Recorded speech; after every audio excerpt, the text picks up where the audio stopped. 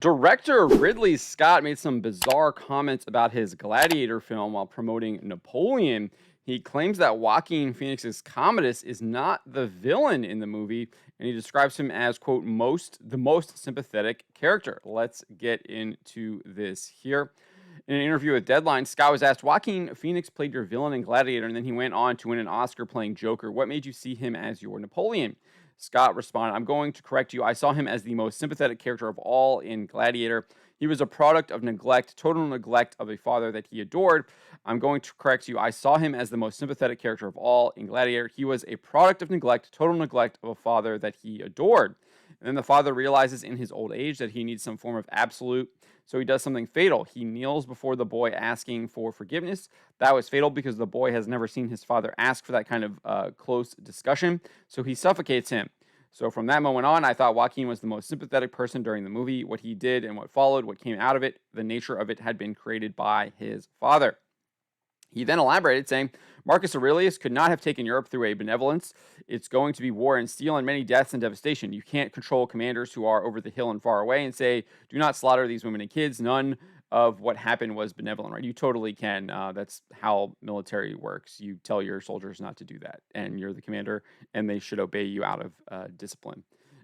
So that's, I don't even know what he's talking about there. But I think with age, Marcus Aurelius felt his own fragility. And then, I don't know, just going back to this, even if they do that, you can punish them and make it clear that, as an example, that no one else would do it. But anyways, he continues saying, but I think with age, Marcus Aurelius felt his own fragility. Commodus was the neglected son, the product of complete neglect. And then to be told, you can't follow me, and here is who will take my place. That is more than a slap in the head. It's terrible. And in those days, particularly when succession was so righteous and expected. Scott then confirmed that he believes that both Commodus and Maximus are victims, saying, yes, Maximus and Commodus. Don't forget, Maximus is the person who didn't want it. He wanted to go home. Interesting how things evolve. When Marcus Aurelius first meets him, he said, I want you to be take over, or to be the Prince of Rome, surrogate principal Rome.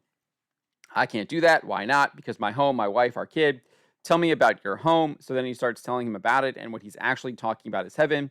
That's where he wants to be. And so it all worked backwards, and some of it wasn't planned. Marcus says it sounds like a place worth fighting for. And then Marcus is that day assassinated by his son. Then Russel's character is suddenly told that this has happened, and he's not going to join the club, and he knows there's a problem. His wife and son are then slaughtered, and we see where they're in that avenue of trees where they are coming up to get rid of them. When Russel dies and goes to heaven, we go see the same woman and child. It's the place he described to Marcus. So I think his comments are an absolute load of crap. As individuals, we are given free will and are responsible for our own actions. The Catechism of the Catholic Church explains, freedom is the power rooted in reason and will to act or not to act, to do this or that, and so to perform deliberate actions on one's own responsibility. It adds, freedom makes man responsible for his acts to the extent that they are voluntary. It also notes imputability and responsibility for an action can be diminished or even nullified by ignorance, inadvertence, duress, fear, habit, inordinate attachments, and other psychological or social factors. Commodus chose to murder Marcus Aurelius. He chose to have Maximus's family murdered. He chose to attempt to murder Maximus. He chose to take his sister as his consort empress. He is responsible for his own actions. His father is not responsible for the vile behavior of his son. Marcus Aurelius is responsible for his own actions, clearly not being a better father to his son being one of them. So I think it's very clear that Commodus is indeed the villain of the movie, and he is not sympathetic at all. Sure, you can make the argument that how his father treated him led him to resent him and do certain things, but it did not force him to murder him. Commodus chose that himself, to murder his own dad. That is something that he chose to do, and then he chose his other actions as well. Clearly villainous, evil, wrong actions.